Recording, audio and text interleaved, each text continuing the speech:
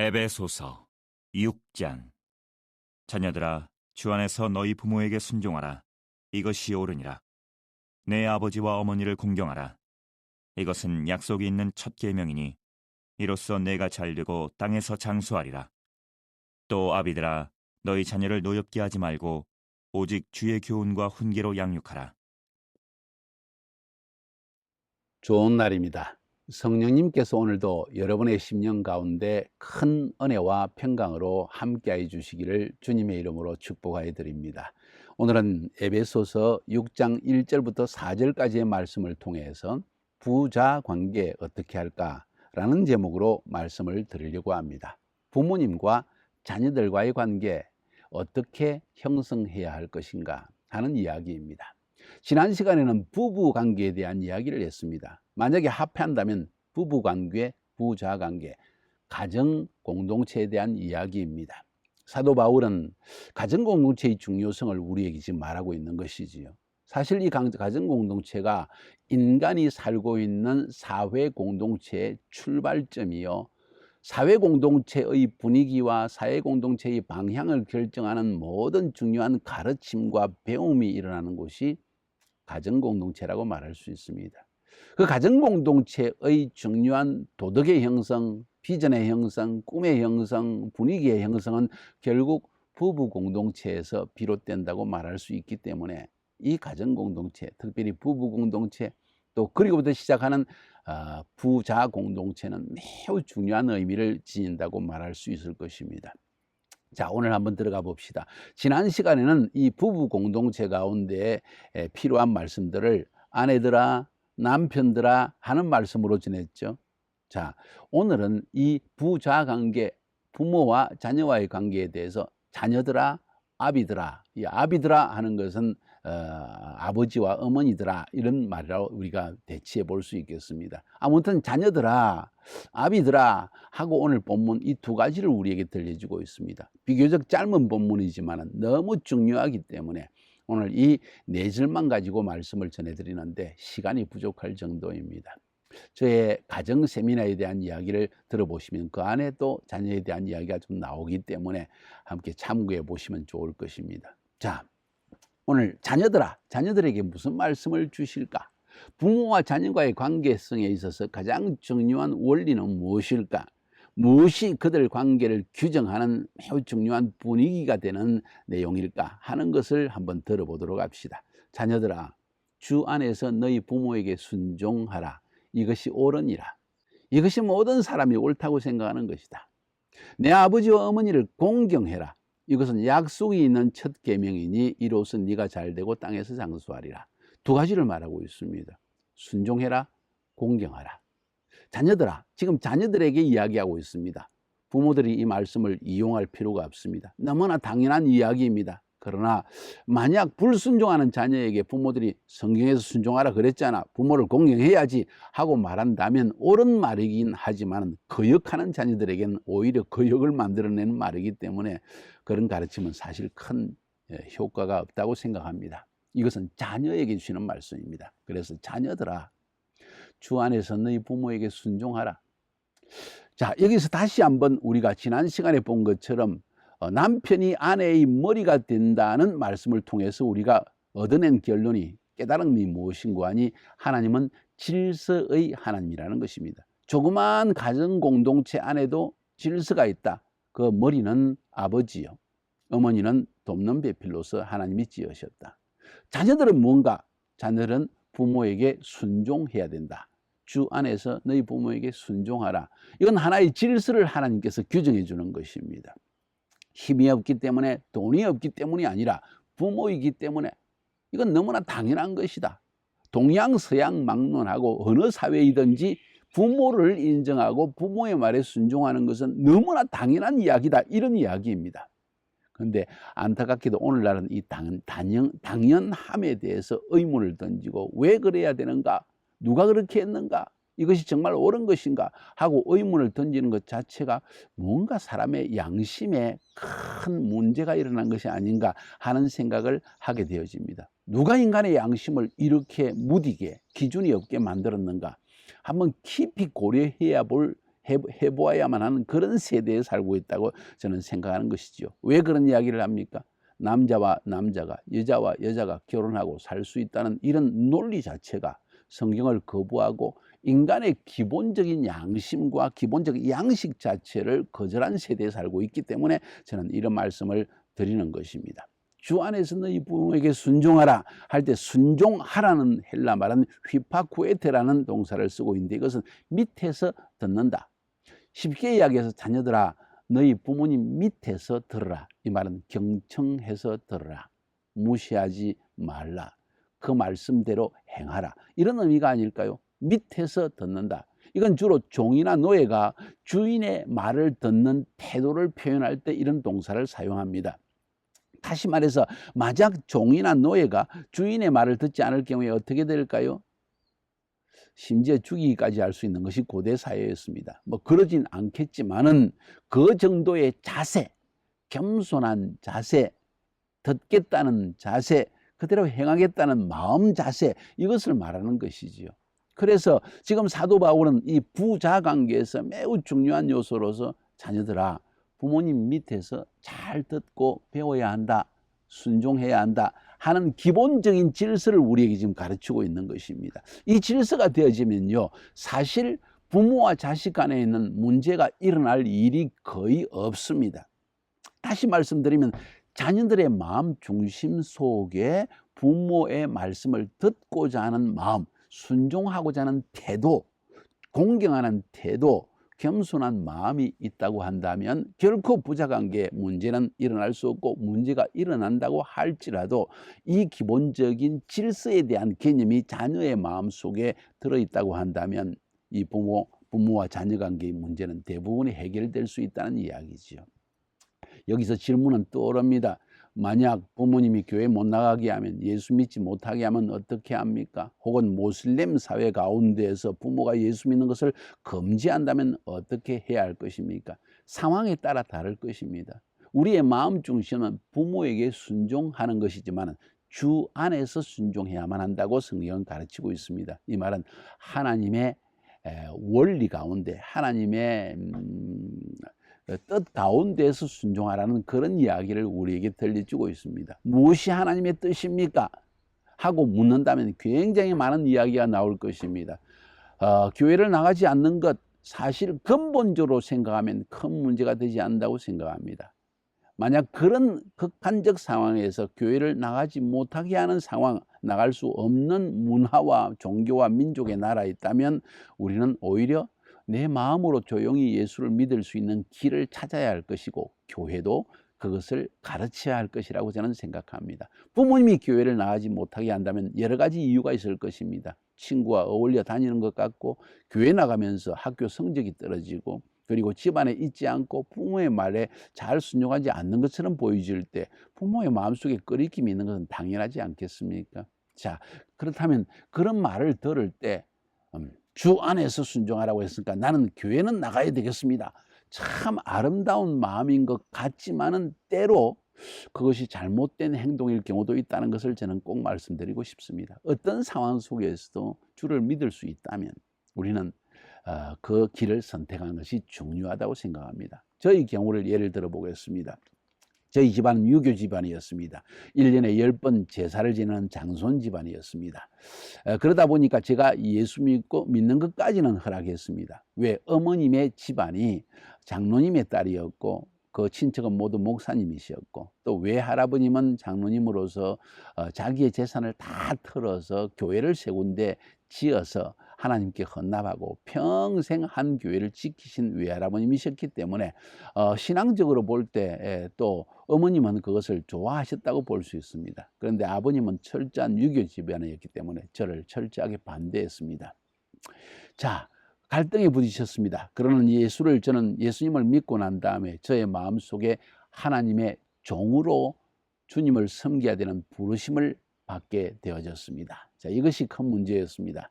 부모님은 저를 교회 나가는 것, 특별히 목사가 되는 것, 선교사가 되는 것, 신학교에 가는 것을 지극히 싫어했고, 형님들도 그것을 결코 원치를 않았습니다. 여기에서 많은 갈등이 일어났습니다.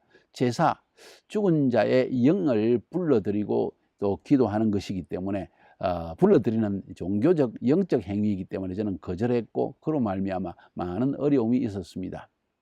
부모님에게 순종하고자 하는 마음 너무나 깊었지만 그것이 저에게 아픔이 되어졌고 갈등이 되어졌습니다. 저희 사모의 집안도 마찬가지입니다. 아주 골수적인 불교 집안이었습니다. 그래서 저희들이 교회 나가는 것을 매우 힘들게 생각했고 결국은 우리 둘은 마치 부모에게 쫓겨나다시피 독일로 떠나게 되어졌습니다. 전반적인 이야기를 다 드릴 수는 없지만 이것이 하나의 스토리입니다.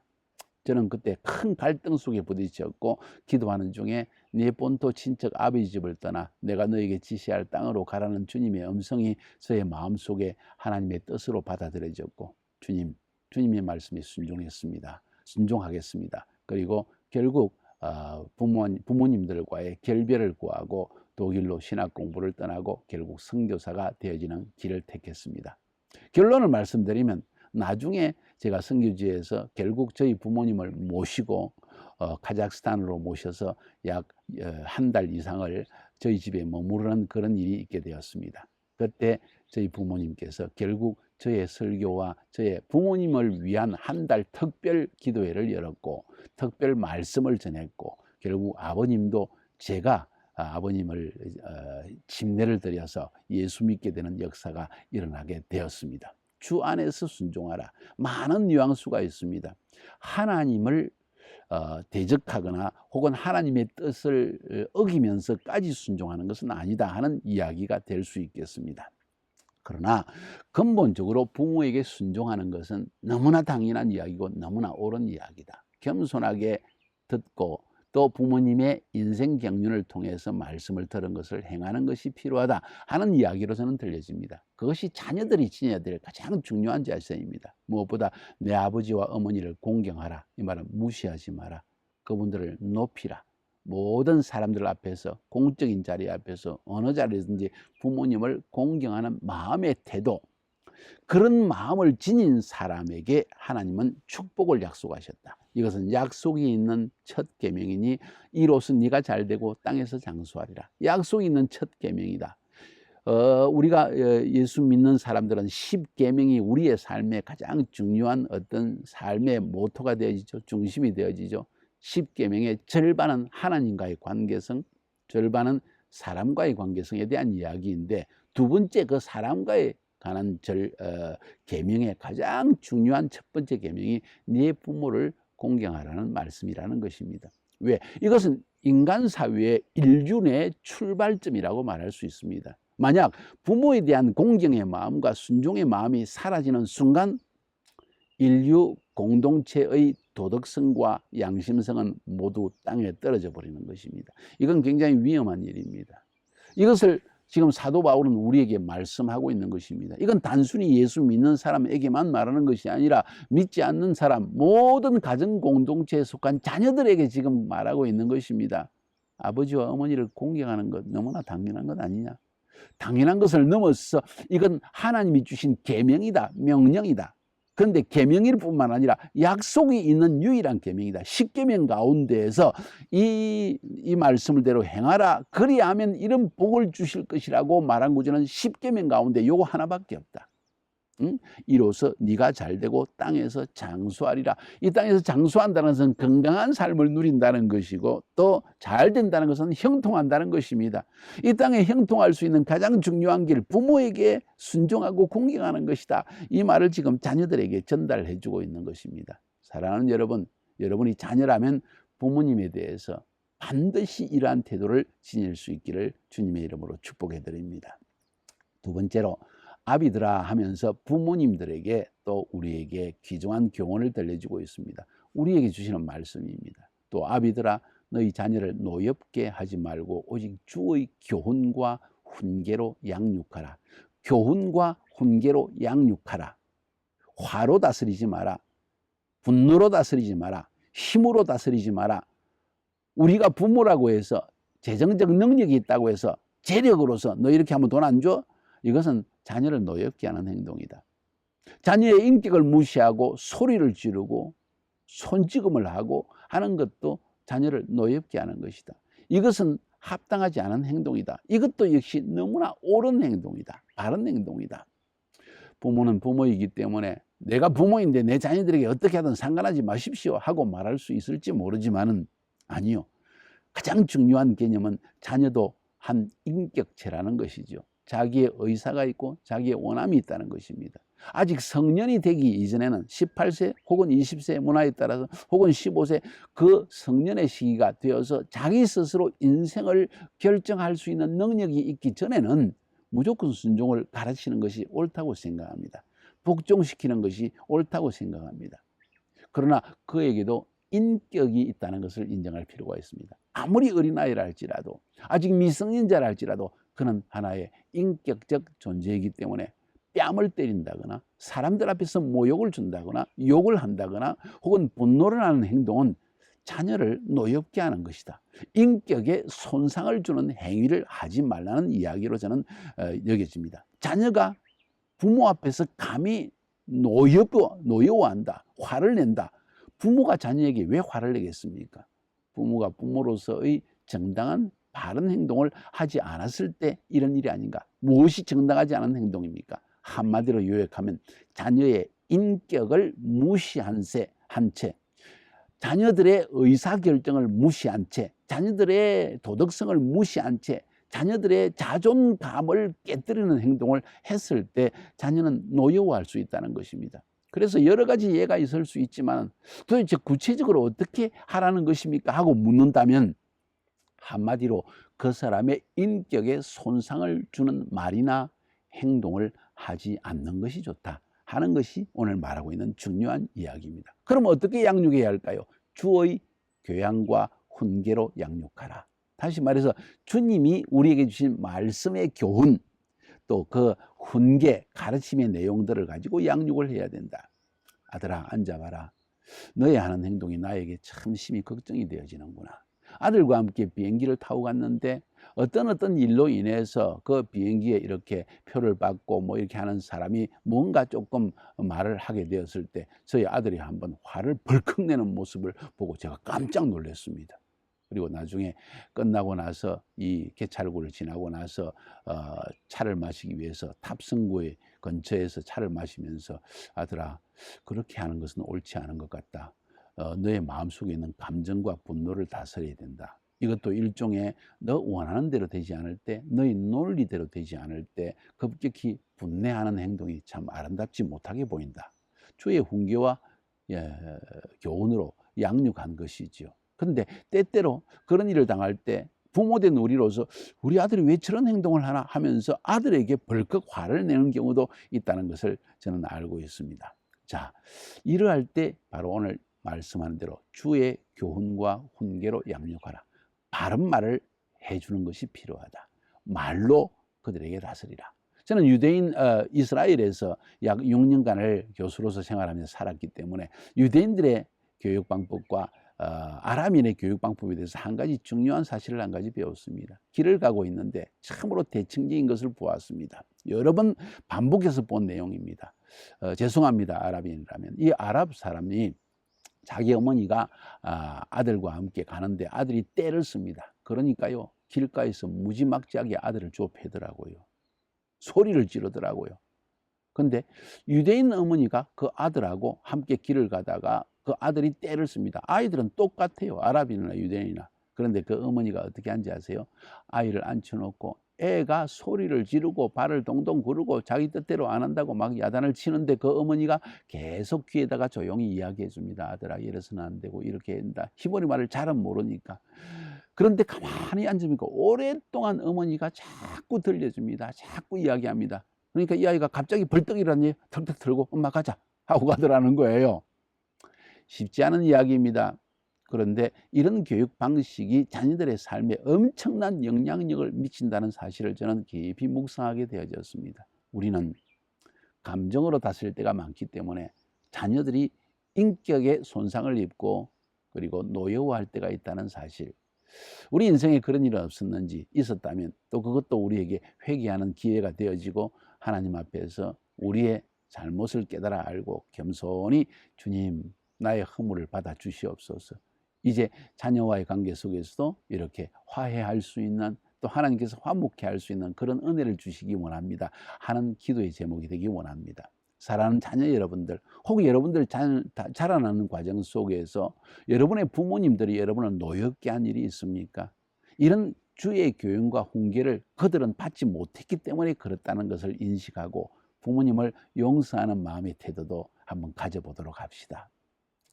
오늘 이 말씀 너무나 짧지만 너무나 중요한 내용을 담고 있기 때문에 조금 길게 말씀을 드렸습니다. 그럼에도 불구하고 할 말이 너무 많습니다. 이 말씀을 깊이 한번 묵상해 봅시다. 이것은 하나님의 말씀이기 때문입니다. 우리 부자관계 승리하는 여러분이 되기를 주님의 이름으로 축복하여 드립니다. 할렐루야.